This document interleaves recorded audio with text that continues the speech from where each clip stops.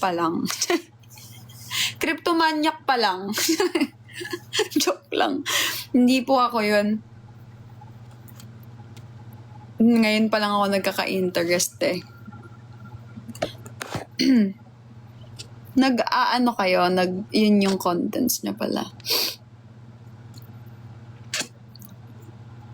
Sino dito mga nagki-crypto? Cryptomania. Taga-diin ka. Biskan la diin. NPA.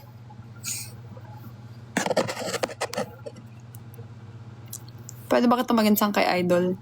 Go. Sangkay ko nakamutanan, ha? Cryptomaniac lang din ako. Ganon! Crypto.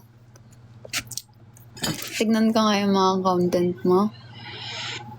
Titignan ko nga yung mga content mo. Papaturo na rin akong mag-ganon. Mag-ano. Bumili ako ng normal na sasakyan. Bakit daw hindi super? Pag nawa kang mahiya ka. Kung gusto mo maging bilyonaryo, pakinggan mo to. Gusto ko maging bilyonaryo. Skip mo na. Number 1, ang karamihan halos ang gusto nila instant money. Get rich quick scheme.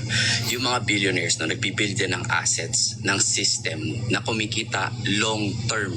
Nagbibuild yan ng mga brands at usually yung mga business yan, yung mga may naitutulong talaga sa tao. Gusto ko yung mga ganito. Ang galing mo sa ganito.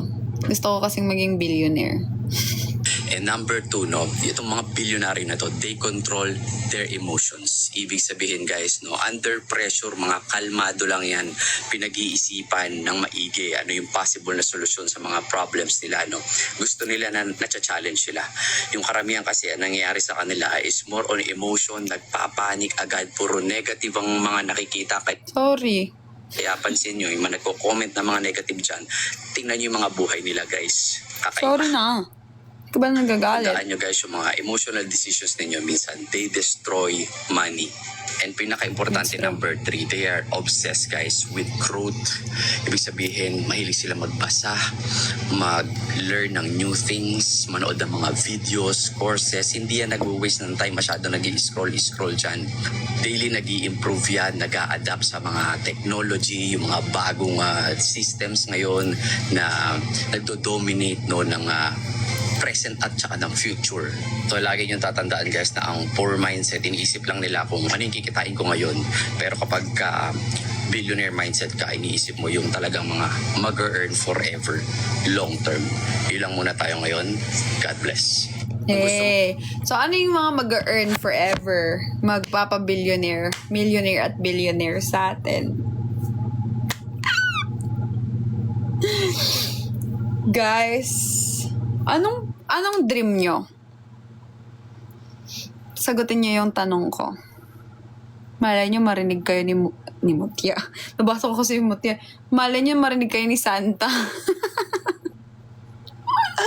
Hintayin nyo sa Pasko, baka i-deliver sa inyo yung ano nyo, yung kailangan nyo.